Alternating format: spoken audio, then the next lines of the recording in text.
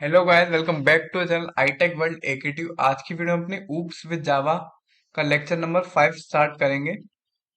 Basically आज का हमारा जो टॉपिक है वो control flow, arrays and string है। जो कंट्रोल फ्लो आपका टॉपिक है काफी इंपॉर्टेंट टॉपिक है।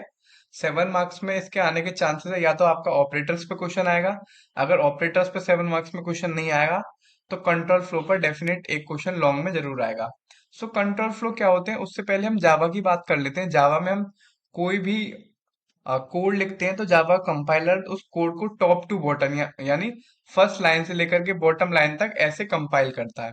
जावा का जो कंपाइलर है, the statement in the code are executed according to the order which in which they appear. अगर हमारा कोई कोड है, फॉर एग्जाम्पल ये हमारा कोड है, तो उसकी पहली लाइन है पहले ये एग्जीक्यूट होगी, फिर ये सेकंड लाइन एग्जीक्यूट होगी। इस तरीके से जिस तरीके से हमारा कोड अपीयर होगा कंपाइलर को, उसी तरीके से कोड एग्जीक्यूटेड होगा।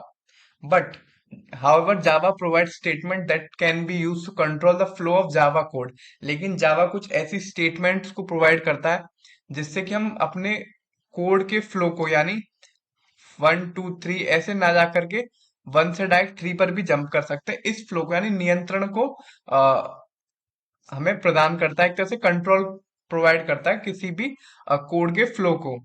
सो जो स्टेटमेंट्स होती है जो इस फंक्शनलिटी को प्रोवाइड करती है उनको हम क्या बोलते हैं, कंट्रोल फ्लो स्टेटमेंट। तो आज का टॉपिक हमारा कंट्रोल फ्लो स्टेटमेंट्स पर ही है। काफी इंपॉर्टेंट टॉपिक है, काफी फंडामेंटल फीचर्स है जावा का ये। प्रोग्रामिंग स्ट्रक्चर्स का आज ही लास्ट टॉपिक है। उससे पहले हमने इंट्रोडक्शन कवर किया, एंड इस टॉपिक में इस लेक्चर में हम पढ़ेंगे कंट्रोल फ्लो, एरे, स्ट्रिंग। उससे पहले हम बाकी classes, constructor, method, access, specify, ये सब लेक्चर नंबर 4 में कवर कर चुके हैं। लेक्चर नंबर 5 में हम अब कंट्रोल फ्लो की टाइप्स पढ़ेंगे। सो आपको पता है कंट्रोल फ्लो एक फंडामेंटल फीचर है जावा का जो बाय डिफॉल्ट हमें मिलता है, जो कि किसी भी प्रोग्राम को एग्जीक्यूट कराने के लिए स्मूथ फ्लो प्रोवाइड करता है। कंट्रोल फ्लो बेसिकली 3 टाइप्स के होते हैं। पहला आपका डिसीजन मेकिंग, जैसा कि नाम ही सजेस्ट कर रहा है, कोई भी डिसीजन करना है, कोई भी चीज डिसाइड करनी है, उसके लिए हम डिसीजन मेकिंग यूज करते हैं स्टेटमेंट। ये भी लेटर ऑन दो तरीके के होते हैं, पहला इफ, दूसरा स्विच। इफ भी आगे चल के टाइप्स होते हैं, इनको हम आपको बताएंगे। दूसरा कंट्रोल फ्लो स्टेटमेंट था लूप, उसके भी 4 टाइप्स होते हैं, do, while, for each. Third है आपका जंप स्टेटमेंट, उसके भी 2 टाइप्स होते हैं, break and continue. Control flow के 3 टाइप्स होते हैं, पहला डिसीजन मेकिंग स्टेटमेंट्स, दूसरा लूप स्टेटमेंट, थर्ड है आपका जंप स्टेटमेंट। तो हम स्टार्ट करते हैं डिसीजन मेकिंग स्टेटमेंट से। डिसीजन मेकिंग नाम ही बता रहा है, किसी भी चीज को हमें डिसीजन बनाना है तो उसके लिए डिसीजन मेकिंग स्टेटमेंट होंगे। अभी इसका मैं आपको एग्जांपल भी दूंगा, उससे पहले हम इसकी डेफिनेशन पढ़ लेते हैं। As the name suggest, decision making statement decide which statement to execute and when. कोई भी नंबर ऑफ स्टेटमेंट लिखी हुई है, तो डिसीजन मेकिंग स्टेटमेंट हमें डिसाइड करने में हेल्प करता है कौन सी स्टेटमेंट को कब एग्जीक्यूट करना है, कौन सी स्टेटमेंट को एग्जीक्यूट करना है और उसको कब एग्जीक्यूट करना है। तो इस चीज का क्या रोल प्ले करता है, डिसीजन मेकिंग रोल प्ले करता है। और अगर हम जावा की बात करें तो 2 तरीके की डिसीजन मेकिंग स्टेटमेंट है। अभी हमें ऊपर दिख रहा है स्क्रीन पे, पहला इफ, दूसरा switch, right. There are 2 types of decision making statement in Java, that is if statement and switch statement. अब मूव करते हैं हम अपने इफ स्टेटमेंट की तरफ। तो पहला स्टेटमेंट है हमारा इफ। तो इफ का मतलब ही क्या है हिंदी में, अगर हम मतलब समझे हम इंग्लिश में, इफ मतलब अगर। In Java if statement is evaluate a condition. पहले हम कंडीशन देखते हैं। सो उसके कंडीशन को देख करके हम कोई भी डिसीजन करते हैं, राइट। फॉर एग्जाम्पल कि मुझे भूख लग रही है, ये कंडीशन हुई पहली, मुझे भूख लग रही है, आई एम हंग्री। तो ये हुई कंडीशन मेरी। अब मेरा ये कंडीशन है, इसके ऊपर अब मैं अपना डिसीजन बनाऊंगा। मुझे भूख लग रही है तो मैं खाना खाऊंगा, राइट, फूड। अगर मुझे प्यास लग रही है, if I am thirsty, then मैं पानी पीऊंगा। तो ये होगी एक तरह से कंडीशन, सिंपल एग्जांपल है कंडीशन का, इफ कंडीशन का अगर। और ये हमेशा एक बुलियन वैल्यू देती है, ट्रू या फॉल्स, राइट। अब इसके भी, इफ के भी 4 टाइप्स होते हैं, देखो आपको कंफ्यूज नहीं होना। कंट्रोल फ्लो 3 तरीके के होते हैं, decision making, loop statement, jump statement. ये डिसीजन मेकिंग 2 तरीके के होते हैं, लूप आपके 4 के होते हैं, जंप आपके 2 के होते हैं। और अब जो हम इफ की बात कर रहे हैं, इफ आपके 4 टाइप्स के होते हैं। पहला simple if, if else, if ladder, nested if statement. So हम स्टार्ट करते हैं इन सबकी, जितने भी हम पढ़ने वाले हैं सबकी हम सिंटेक्स जरूर पढ़ेंगे, क्योंकि सिंटेक्स इंपॉर्टेंट है। पहला सिंटेक्स आपका इंपॉर्टेंट है, दूसरा आपका प्रोग्राम। प्रोग्राम आपके लिए दोनों ही ऑप्शनल है, अगर आप करना चाहो तो कर सकते हैं, लेकिन आपको आना जरूर चाहिए। मैंने सबके प्रोग्राम अपने नोट्स में डाले हुए हैं। सो स्टार्ट करते हैं। सबसे पहले सिंपल इफ। सिंपल इफ मतलब खाली इफ स्टेटमेंट है। अब ये मोस्ट बेसिक स्टेटमेंट है जो कंट्रोल फ्लो को जावा में रिप्रेजेंट करता है। कोई भी कंट्रोल है उसका फ्लो आपको बताएगा। पहला इसका सिंटेक्स क्या होता है, if condition statement one execute कर दो जब ये सत्य है तो। अब इसका एग्जांपल मैं अभी जो मैंने आपको दिया था वो, इफ कंडीशन माने मुझे भूख लग रही है, if I am hungry, right. अगर मैं भूखा हूं तो ही मैं खाना खाऊंगा, स्टेटमेंट वन, ईट फूड, ठीक है, बस एग्जीक्यूटेड। अगर अब मुझे भूख लग रही होगी तभी मैं खाना खाऊंगा, अगर नहीं लग रही होगी तो नहीं खाऊंगा। ये इसका हुआ बेसिक सिंटेक्स। सिंटेक्स याद करना, सिंटेक्स सबसे ज्यादा इंपॉर्टेंट है, सिंटेक्स के ही नंबर मिलेंगे आपको, राइट। अब इसके कोड की बात कर लेते हैं, लाइन बाय लाइन हम कोड की भी बात करेंगे। एक कोड में आपको अच्छे से समझाता हूँ। पहला लाइन है पब्लिक क्लास स्टूडेंट। तो इसमें एक पब्लिक क्लास बनाई गई है जिसका नाम स्टूडेंट है। पब्लिक स्टैटिक वर्ड आपके एक्सेस स्पेसिफायर्स है। एंड थर्ड आपका एक वेरिएबल है इंटीजर एक्स नाम से 10। और फोर्थ आपका इंटीजर वेरिएबल है वाई नाम से 12। अब आती है स्टेटमेंट वाली मेन। सिंटेक्स याद कर लो, या तो ये याद कर लो, ये याद कर लोगे तो आराम से कोड में आप इसको पुट कर दोगे, या फिर कोड एक बार आप समझ में आ गया तो आपको सिंटेक्स इजीली याद हो जाएगा। तो दोनों में से कोई एक चीज तो आपको अच्छे से आनी ही चाहिए एग्जाम में मार्क्स गेन करने के लिए। तो कंडीशन क्या है यहाँ पे, if x plus y is greater than 20 then print system dot out printer x plus y is greater than 20। अगर x और y दोनों मिलकर के 20 से ज्यादा है तो इसको प्रिंट कर दो। तो 10 और 12 कितने होते हैं, 22। 20 से ज्यादा है, बिल्कुल ज्यादा है, तो आउटपुट क्या आ गया, x plus y is greater than 20। अगर यहीं पे y की वैल्यू होती है आपकी 8, तो 10 प्लस 8 हो गया 18, और यहाँ पे ये प्रिंट नहीं होता, राइट। होपफुली आपको चीज समझ में आ गई हो। अब मूव करते हैं next statement, if else statement. तो इफ एल्स स्टेटमेंट का भी यही है। इफ जो स्टेटमेंट अगर आपको समझ में आ गई, उसी का एक्सटेंशन है, जिसमें एक ब्लॉक ऑफ कोड हम एक्स्ट्रा यूज करते हैं। यहां तक तो आपका इफ ही है, इसी का एक्सटेंशन है एल्स। इसमें हम क्या करते हैं, इसको मैं आपको बेसिक एग्जांपल से समझाऊंगा, फिर आपको कोडिंग में समझाऊंगा, राइट। तो इफ कंडीशन, अगर कंडीशन डाल दो अगर बारिश हो रही है तो। मैं आपको बेसिक हिंदी में समझा रहा हूँ ताकि आपको एग्जाम के टाइम में बिल्कुल भी दिक्कत ना हो। अगर बारिश हो रही है तो छाता लेकर जाना है। मम्मी बोलती ना बारिश हो रही बाहर छाता लेके जाओ। अगर नहीं हो रही, एल्स, इफ हो रही है, इफ माने अगर हो रही है, एल्स माने अगर नहीं हो रही, तो छाता नहीं लेकर जाना है, दैट्स इट। नहीं लेके जाना, सिंपल। अगर मेरे ये वाला एग्जांपल आपको समझ में आ रहा है ना, तो इफ एल्स आपको पूरा अच्छे से समझ में आ जाएगा, बस एग्जांपल समझ लो। सेम इसका सिंटेक्स है। इफ कंडीशन, अगर बारिश कंडीशन होगी, बारिश हो रही है तो छाता लेके जाओ, क्योंकि कंडीशन बारिश हो रही है। अगर नहीं हो रही तो छाता लेकर मत जाओ, दैट्स इट। ये ही इसका सिंटेक्स इसको समझाता है। अब इसका कोड एक बार देख लेते हैं। बेसिक बेसिक चीजें तो सारी सेम है, आपको पता भी, मैंने लास्ट कोड में समझाई। अब ये है मेन चीज इसमें, अगर x प्लस वाई जो हमारा 10 से छोटा है तो प्रिंट करो x plus y is less than 10। ये तो हो गया अगर बारिश हो रही है तो छाता लेके जाना, ये वाली स्टेटमेंट होगी।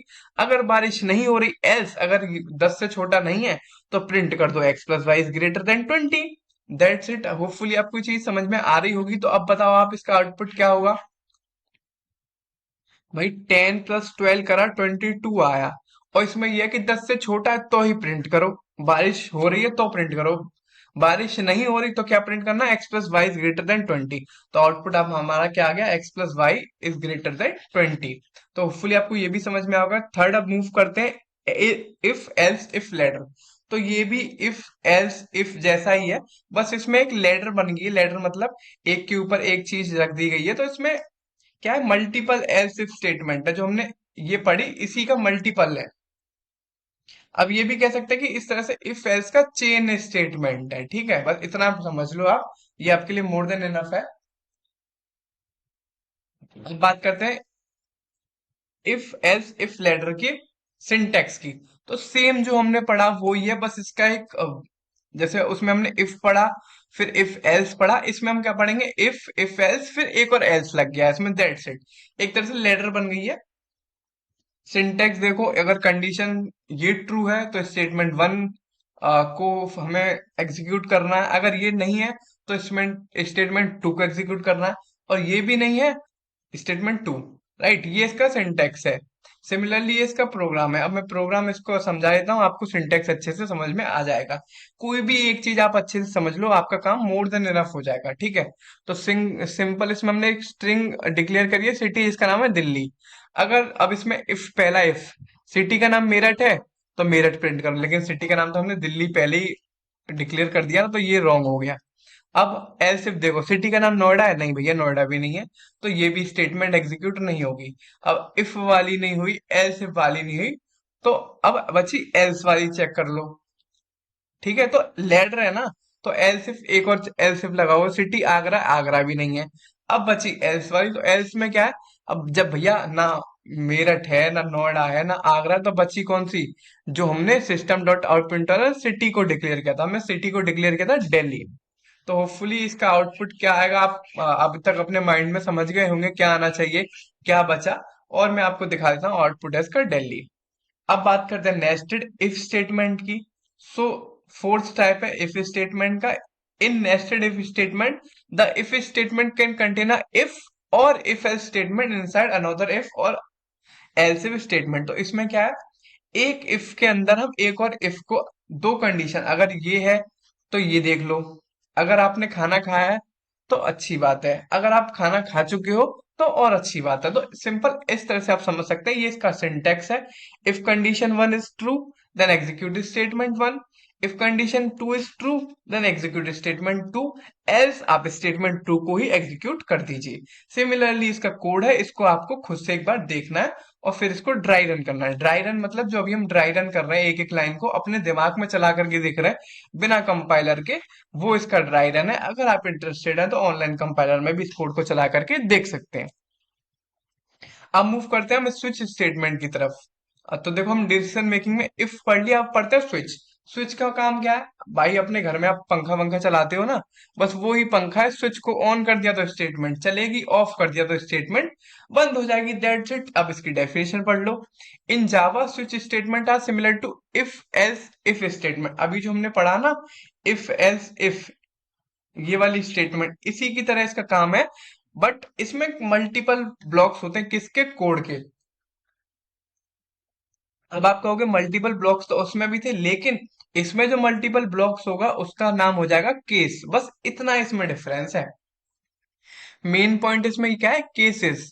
जो इफ एल्स इफ था वो ही सिमिलर है, बट एक स्विच की तरह काम करता है, या तो ऑन होगा तो कोड चलेगा, ऑफ होगा तो कोड बंद हो जाएगा, और सिंगल केस एग्जीक्यूटेड होगा जब स्विच ऑन होगा, और केस लग जाएंगे। केस माने अभी मैं आपको बताता हूँ।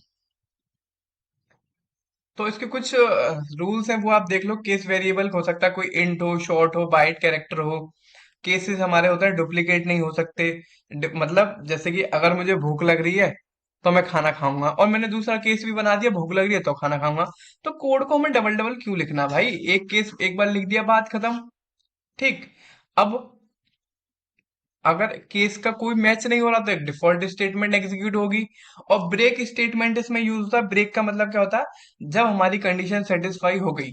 फिर मैं एग्जांपल लेता हूं, I am hungry, okay, then I eat food. अब मेरा काम हो गया, मैं मैं भूखा था, मैंने खाना खा लिया, तो अब मैं उस स्टेटमेंट से एग्जीक्यूट कर जाऊंगा। अब मैं ये चेक नहीं करूंगा दोबारा कि भाई मैं भूखा हूं कि नहीं, अब मुझे पता है मैंने खाना खा लिया, तो मुझे भूख कहाँ से लग रही होगी भाई। ठीक, सिमिलरली वो ही इसका फंडा है ब्रेक स्टेटमेंट का। और ये एक ऑप्शन है, आप चाहे तो यूज कर सकते हैं, ना चाहे तो ना यूज करो। सो while using switch statement, we must notice that the case expression will be of the same data type as the variable. So अब बात करते हैं पहले इसके सिंटेक्स की। तो स्विच, ये स्विच कीवर्ड है, फिर कोई एक्सप्रेशन है, फिर केस वैल्यू हमने पहली बना दी, ये होगी केस, ये इंपॉर्टेंट है। केस मतलब कोई भी एक कंडीशन बना दी, फिर उसकी स्टेटमेंट लिख दी, अगर वो ट्रू है तो ब्रेक कर देंगे। ब्रेक मतलब ब्रेक होके बिल्कुल अभी बाहर आ जाएगा। अगर हमने ब्रेक नहीं करा तो वो दोबारा केस वैल्यू कितनी भी हो सकती है, वन है, फिर टू है, फिर थ्री है, जब तक सेटिस्फाई नहीं होगा तब तक ये चलता रहेगा, राइट। ये हो गया इसका सिंटेक्स। आपको एज इट इज सिंटेक्स याद करना पड़ेगा। उसके बाद ये आपका क्या है, प्रोग्राम। एक बार प्रोग्राम भी आप देख लेना, बाकी मेन इसमें स्विच का सिंटेक्स है, ठीक है। अब मूव करते हैं अपने नेक्स्ट लूप स्टेटमेंट्स की तरफ।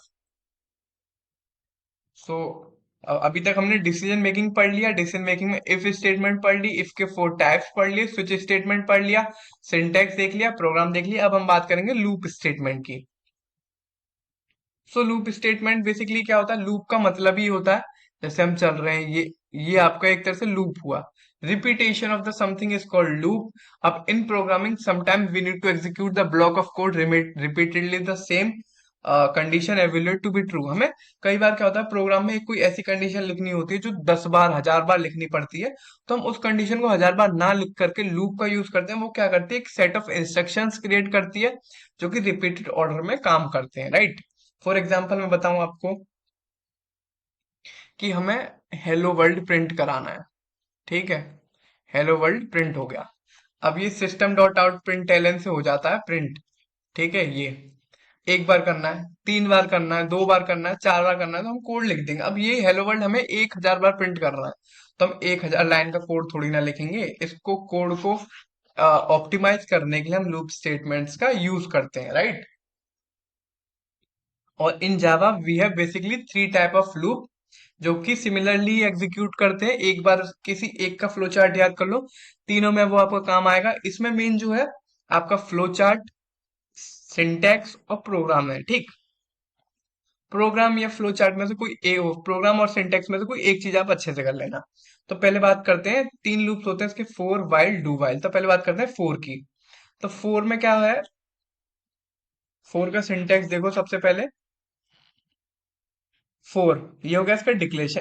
पहले हम किसी लूप को इनिशियलाइज करेंगे, फिर उसकी कंडीशन लगाएंगे, फिर इंक्रीमेंट या डिक्रीमेंट करेंगे, ठीक है।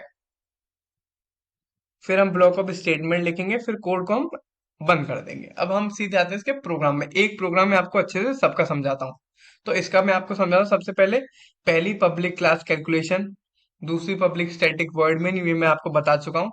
अब आता है मेन, हमने इंटीजर टाइप का सम नाम का वेरिएबल डिक्लेयर कर दिया, इसका वैल्यू है 0।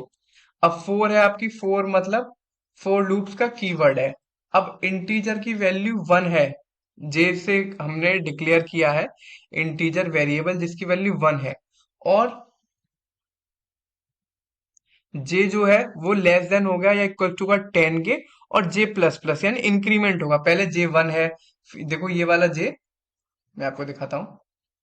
ये वाला जे अभी 1 है, फिर एक बार 2 हो जाएगा, फिर 3 हो जाएगा। ये कब तक काम करेगा, जब तक जे 10 नहीं हो जाता। और जे की वैल्यू प्लस करनी है। अब माइनस होती तो 1 से -1 -2 ऐसे होता। तो अब जो मेन लॉजिक है वो यहाँ पे सम, सम निकल के आएगा, उसमें सम को ऐड करना प्लस जे। तो इससे क्या निकल के आएगा, बेसिकली ये प्रोग्राम किसका है, ये फर्स्ट 10 नेचुरल नंबर का प्रोग्राम है। अगर आपसे ये भी पूछे अलग से कि फर्स्ट 10 नेचुरल नंबर का प्रोग्राम बनाइए, तो उसमें आपको फॉर लूप्स ही यूज करना पड़ेगा, राइट।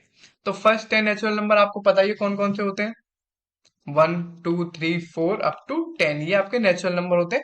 इनका हमें प्लस एडिशन करना है सबका। तो इनका एडिशन सबका क्या होगा, 5 6 7 8 9। तो इन सबको ऐड करेंगे तो 55 आएगा, ठीक है। यही इसका आंसर आ रहा है, the sum of natural number is 55। इसने करा क्या है, पहले सम की वैल्यू आ गई 0, तो उसने क्या करा 0 + 1। फिर सम की वैल्यू होगी 1, 1 इक्वल टू 1 + 2। ऐसे ऐसे ऐड करके जो हम करते हैं एक एक करके, सिमिलरली इसने 4 लाइन के कोड में उसको ऐड किया, राइट। हम एक बार फ्लो चार्ट और देख लेते हैं। सिमिलरली दोनों का सेम ही है, तीनों का। हमने कोई वैल्यू स्टार्ट करी, उसको इनिशियलाइज करा, यहाँ पे हमने स्टार्ट करके यहाँ पे इनिशियलाइज कर दिया। कंडीशन चेक करेंगे, कंडीशन हमारी ट्रू है स्टेटमेंट, तो उस स्टेटमेंट को दोबारा एग्जीक्यूट करेंगे, और फॉल्स है तो बस रुक जाएंगे। सेम यही इसका फ्लो चार्ट है। वाइल लूप भी क्या है, ये भी सेम इटरेशन ही परफॉर्म करती है। इटरेशन माने रिपीटेशन परफॉर्म करती है, number of statement multiple times. इसको हम एंट्री कंट्रोल्ड लूप भी बोलते हैं, क्योंकि इसमें एंट्री पर चेकिंग होती है, राइट। अगर कंडीशन ट्रू है तो लूप की बॉडी एग्जीक्यूट करेगी, वरना एग्जीक्यूट नहीं करेगी। ये तब यूज होता है जब हमें नंबर ऑफ इटरेशन, कितनी बार हमें लूप परफॉर्म करना है, उसकी जानकारी एडवांस में पता होती है, राइट। तो इसका सिंटेक्स ये वाइल, उसका फोर था, इसमें कंडीशन है, फिर स्टेटमेंट लूपिंग, दैट्स इट। ये इसका प्रोग्राम है, एक बार देख लेना। इसमें बेसिकली हमने प्रिंट क्या किया है, फर्स्ट 10 इवन डिजिट्स परफॉर्म करी है। मेंस का लॉजिक समझाता हूँ। वाइल आई जो है वो 10 से छोटा या बराबर है तो उसको प्रिंट कर दो। आई+2 इसका लॉजिक है, इसलिए क्योंकि देखो इवन में डिस्टेंस कितना होता है, 2 4 6, तो 2 डिजिट्स का डिस्टेंस होता है। तो सिमिलरली I=I+2 लिया, और इसका आउटपुट ये रहा, 0 2 4 6 8 10, ये इसके पहले 10 इवन नंबर्स आ गए। सिमिलरली इसका फ्लो चार्ट है, फ्लो चार्ट भी इसका ऑलमोस्ट सेम ही है। अब बात करते हैं जावा डू वाइल लूप की। तो डू वाइल लूप क्या होता है, ये एंड में कंडीशन चेक करता है। इसको एग्जिट कंट्रोल्ड लूप बोलते हैं, क्योंकि कंडीशन एडवांस में चेक नहीं होती, उसमें एडवांस में चेक होती है। और इसमें कम से कम हमारा लूप जो है वो एक बार तो एग्जीक्यूटेड होगा ही होगा। बात करते हैं इसके सिंटेक्स की। Do keyword, parenthesis, statement, while, condition, ये इसका सिंटेक्स है। ये इसका प्रोग्राम एक बार देख लीजिए। सिमिलरली इसका फ्लो चार्ट। अब बात करते हैं अपने लास्ट जंप स्टेटमेंट्स की। एक बार डिसीजन मेकिंग स्टेटमेंट हो गया, लूप स्टेटमेंट हो गया, अब jump statement. Jump statement as such importance नहीं प्ले करते जावा में, इसलिए मैंने आपको इसको शॉर्ट में समझाया। जंप का मतलब ही होता है किसी चीज को जंप करना। जैसे कि 1 2 3 4 5 6 लाइन का हमारा कोड है, हमने पहली लाइन एग्जीक्यूट करी, डायरेक्ट हमने 5 पर जंप कर दिया। तो इस तरह से जंप स्टेटमेंट काम करता है। ये दो तरीके की होती है, पहला जावा ब्रेक स्टेटमेंट, दूसरा जावा कंटिन्यू। ब्रेक स्टेटमेंट क्या होता है, जो करंट फ्लो है 1 2 3 फ्लो हो रहा था उसको इसने ब्रेक करके 1 2 5 पर इसने क्या करा, जंप कर दिया। जावा कंटिन्यू स्टेटमेंट ये क्या करता है, ब्रेक स्टेटमेंट से हट करके कंटिन्यू स्टेटमेंट क्या करता है, कोई भी लूप है उसको ब्रेक नहीं करता, बट कोई भी स्पेसिफिक पार्ट है लूप का, 2 या 3 लाइन, उनको स्किप करके जो उसका नेक्स्ट इटरेशन होगा उस लूप में उस पर जंप कर जाएगा। तो काम दोनों का बेसिकली जंप करना ही होता है। एक ब्रेक टेक्निक को यूज करता है, एक कंटिन्यू टेक्निक को यूज करता है। अब मूव करते हैं अपने नेक्स्ट टॉपिक जावा एरेस पर। काफी इंपॉर्टेंट टॉपिक है 2 मार्क्स के पर्सपेक्टिव से भी, और कई बार 7 मार्क्स में भी इसमें क्वेश्चन आ जाता है। सो एरे क्या होता है, एरे आपने सी एंड पाइथन में ऑलरेडी पढ़ा होगा। एरे क्या होता है, एक कलेक्शन होता है सिमिलर डाटा टाइप के एलिमेंट्स का, जिसकी कॉन्टिजियस मेमोरी लोकेशन होती है, राइट। आपने सी में ही पढ़ा होगा, कलेक्शन है कोई भी डेटा टाइप्स का, या तो इंटीजर होगा या कैरेक्टर होगा, और वो एक स्टोर होगा कॉन्टिजियस मेमोरी एलोकेशन पर। ऐसे एक एरे है, 1 2 3 4 साइज की एरे है, जिसमें कोई भी कैरेक्टर या इंटीजर कुछ भी स्टोर होगा, तो इस डेटा टाइप को हम बोलते हैं एरे। ये आपका नॉन प्रिमिटिव होता है। सो जावा की बात करें तो जावा में भी एरे सिमिलरली वर्क करता है, बट एक ऑब्जेक्ट होता है जावा में स्पेसिफिकली, जो कंटेन करता है किसको, सिमिलर टाइप के डेटा टाइप्स के एलिमेंट्स को। एडिशनली जो एलिमेंट होता है एरे का, वो एक कॉन्टिजियस मेमोरी लोकेशन होता है। कॉन्टिजियस मेमोरी यानी अ, लगातार जिसको बोलते हैं। फॉर एग्जाम्पल एक इंटीजर एरे है 5 साइज की, जिसमें हमने इंटीजर स्टोर करें, तो अगर रैम में 20 लोकेशन पर 1 स्टोर्ड है, तो 21 स्टोर लोकेशन पर 2 स्टोर्ड होगा, यानी कॉन्टिन्यूस माने लगातार, right. It is a data structure where we store similar element. एक डेटा स्ट्रक्चर यहाँ पे हम सिमिलर टाइप्स यानी इंटीजर स्टोर कर रहे हैं तो इंटीजर, कैरेक्टर स्टोर कर रहे हैं तो कैरेक्टर, उनके एलिमेंट्स को स्टोर करते हैं। We can store only fix set of elements in a Java array. और जावा में बेसिकली इंडेक्स बेस्ड होता है। इंडेक्स बेस्ड यानी जो पहला एलिमेंट होगा उसका 0th इंडेक्स होगा, सेकंड एलिमेंट का फर्स्ट इंडेक्स होगा। आप फिगर में भी देख सकते हैं, इंपॉर्टेंट है, अगर 7 मार्क्स में आएगा तो आपको डिटेल में बनाना पड़ेगा। जैसे एरे है 1 2 3 4 5 6 7 8 9 10 साइज की, यानी लेंथ है एरे की 10। लेंथ मतलब होता है जितनी उसमें पूरी स्पेसेस हैं उनको हम काउंट करते हैं, ये 10 है एरे की लेंथ। इसका जो फर्स्ट इंडेक्स है, पहला जो नंबर होगा वो 0th होगा। जावा में हमेशा 0th इंडेक्स फॉलो करते हैं।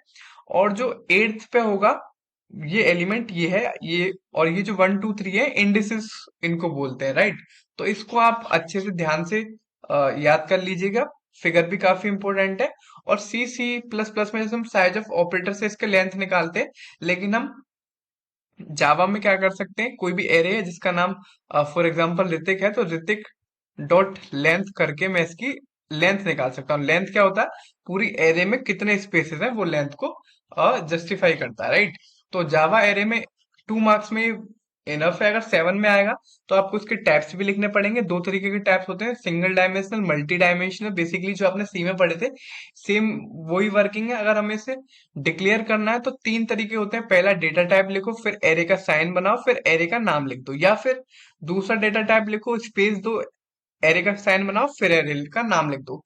तीसरा, डेटा टाइप लिखो, फिर एरे का नाम लिखो, फिर साइन लिखो। तो मैं आपको एग्जाम्पल, इनमें से आप कोई भी एक सिंटेक्स लिख सकते हो। कोशिश करना 7 मार्क्स में आए तो सारे ही सिंटेक्स लिखो। तीनों में से आप किसी भी सिंटेक्स को यूज करके एरे को डिक्लेयर कर सकते हो। और मैं एग्जाम्पल दूं, इंट नाम की मैंने एक एरे बनाया, फिर मैंने एरे का नाम लिख दिया ऋतिक, और फिर एरे का मैंने साइन बना दिया। इस तरह से मैं एक एरे को डिक्लेयर कर सकता हूँ। और अगर मुझे कोई भी वैल्यू रखनी है तो इंट, जैसे मुझे इनिशियलाइज करना, तो ये इसका वो है syntax, array reference value equal to new data type size. तो साइज भी आप पहले से बता सकते हो। तो इंट ऋतिक, साइज हुआ इसका 4। तो यहाँ पे मैं इसको 0 1 2 3, तो मैं ऐसे इसको डिक्लेयर कर सकता हूँ, राइट। तो ये एरे को डिक्लेयर करने का एक सिंटेक्स हुआ, इसको आप याद रखिएगा। तो जावा एरेज में मोर देन इनफ है। अब बात करते हैं जावा स्ट्रिंग की। तो बेसिकली जावा स्ट्रिंग क्या होती है, एक ऑब्जेक्ट होती है एरे की तरह जावा में, जो रिप्रेजेंट करती है sequence of character values. Array में हम इंटीजर कैरेक्टर कुछ भी स्टोर कर सकते हैं, स्ट्रिंग में बेसिकली हम कैरेक्टर वैल्यूज ही स्टोर कर सकते हैं। कैरेक्टर वैल्यूज हमने स्टार्टिंग में पढ़ा था, ABCD, इनको बोलते हैं। और एक जैसे कोई एरे है, कैरेक्टर वर्क वो भी सिमिलरली जावा स्ट्रिंग की तरह वर्क करती है। यानी हमने एक एरे में ABCD कैरेक्टर्स लिख दिए तो वो भी एक स्ट्रिंग की तरह ही काम करेगा, ठीक है। इसको भी अब डिक्लेयर करने के दो तरीके होते हैं, आप कैसे भी कर सकते हैं। कैरेक्टर CH, ये हमने लिख दिया Java T point string S equal to new string character, या तो ऐसे करो। Similarly same as string S equal to Java, but दोनों में से किसी में भी डिक्लेयर कर सकते हो। और जावा स्ट्रिंग क्लास हमें काफी सारे मेथड भी प्रोवाइड करता है, जैसे कि कंपेयर करना, कॉनकेट करना, इक्वल्स टू करना, स्प्लिट करना, length function, replace function, compare to function, intern function, substring. यानी ये सारे मेथड जो है वो हमें जावा इनबिल्ट प्रोवाइड करता है। तो कोई भी जावा की स्ट्रिंग होगी वो सीरियलाइजेबल, कंपेरेबल और कैरेक्टर सीक्वेंस होगा। जैसे कि एक स्ट्रिंग है वो सीरियलाइजेबल होगा, कंपेरेबल होगा, कैरेक्टर सीक्वेंस होगा। तो ये जावा स्ट्रिंग होता है। अगर मैं स्पेसिफिकली स्ट्रिंग की बात करूं जावा में, तो एक सीक्वेंस ऑफ कैरेक्टर होती है। बस इतना याद रखो, कोई भी कैरेक्टर है ABCD, तो उसका जो सीक्वेंस होगा, ये सीक्वेंस लिखी हुई, ये आपकी एरे होगी स्ट्रिंग की, और वही आपकी स्ट्रिंग होगी जावा में, ठीक है। और इसको एक ऑब्जेक्ट की तरह भी देखा जाता है जावा में, जो रिप्रेजेंट करती क्या, सीक्वेंस ऑफ कैरेक्टरिस्टिक्स। ये इसकी मेन पॉइंट है, 2 मार्क्स में आएगा तो ये लाइन आपको लिखनी पड़ेगी। अब इसको भी क्रिएट करने के दो तरीके होते हैं। पहला, by string literal, by new keywords. या तो हम पहला यह है तरीका, string S equal to welcome करके हम इसको डिक्लेयर कर सकते हैं। या फिर एक न्यू कीवर्ड, स्ट्रिंग एस उसका नाम हुआ, स्ट्रिंग का एक न्यू कीवर्ड यूज करके स्ट्रिंग और फिर वेलकम, यानी कि इन दोनों ही तरीके से हम इसको डिक्लेयर कर सकते हैं। पहला हुआ आपका, और मतलब क्रिएट कर सकते हैं, पहला लिटरल यूज करके, दूसरा my keywords, my new keyword use करके, राइट। सो होपफुली आपको चीजें क्लियर हुई होंगी। अगर वीडियो अच्छी लगी तो उसको लाइक करें, कमेंट करना ना भूलें, अपने दोस्तों के साथ इसको शेयर करें, एंड